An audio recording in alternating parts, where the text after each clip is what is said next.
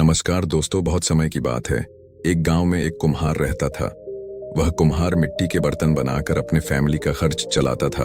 उस कुम्हार का एक सन और उसकी वाइफ थी जो उसे मिट्टी के बर्तन बनाने में उसकी मदद किया करता थे। लेकिन उनको मिट्टी के बर्तन बनाने के लिए मिट्टी लाने के लिए बहुत मेहनत करनी पड़ती थी। तो उसकी वाइफ ने कुम्हार को एक गधा खरीदने का सुझाव दिया। यह सुझाव कुम्हार को बहुत पसंद आ जाती है और वह अगले ही दिन अपने बेटे को लेकर बाजार के लिए निकल जाता है। बाजार उस कुम्हार के गांव से बहुत दूर था। काफी दूर चलने के बाद फाइनली वह एक गधे को खरीद लेते हैं। अब कुम्हार और उसका बेटा दोनों गद्दे पर बैठकर वहां से घर के लिए निकलते हैं। वह दोनों आराम से आ रहे थे कि उन्होंने देखा कि कुछ लोग उनके बारे में बातें कर रहे हैं और बोल रहे हैं कि ये देखो कितने निर्दयी लोग हैं, इन्हें थोड़ी सी भी दया नहीं आ रही। इस गधे पर दोनों के दोनों हट्टे कट्टे बेचारे गधे के ऊपर बैठे हैं।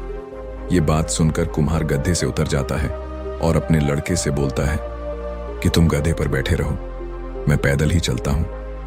वह दोनों उस गधे को लेकर आगे बढ़ते हैं।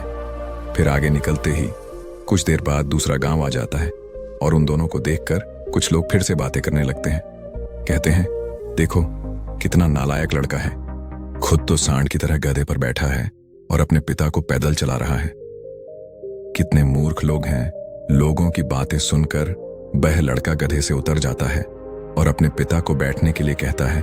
अब कुम्हार लोगों की बातों को सुनकर खुद गधे के ऊपर बैठ जाता है और चलने लगते हैं। आगे चलते ही कुछ लोग और मिलते हैं।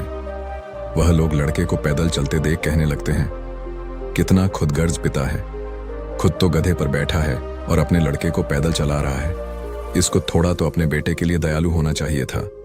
इतनी बात सुनकर दोनों का दिमाग चकरा जाता है और वह दोनों उस गधे को अपने कंधे पर टांग लेते हैं और घर पहुंच जाते हैं। कुम्हार की पत्नी ये सब देखकर हैरान हो जाती है और बोलती है कि इस गधे को क्यों टांग रखा है।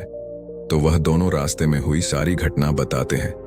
ये सारी घटना सुनने के बाद कुम्हार की पत्नी कहती है कि गधे का काम ही है वजन ढोना, तुम्हें लोगों की बातों पर ध्यान नहीं देना था, क्योंकि लोग तो कुछ न कुछ कहते रहते हैं।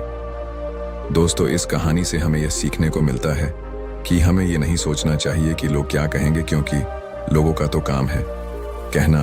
आप अपने लाइफ में आसपास के जितने व्यक्ति देखेंगे वो आपको अनेकों प्रकार की सलाह देंगे।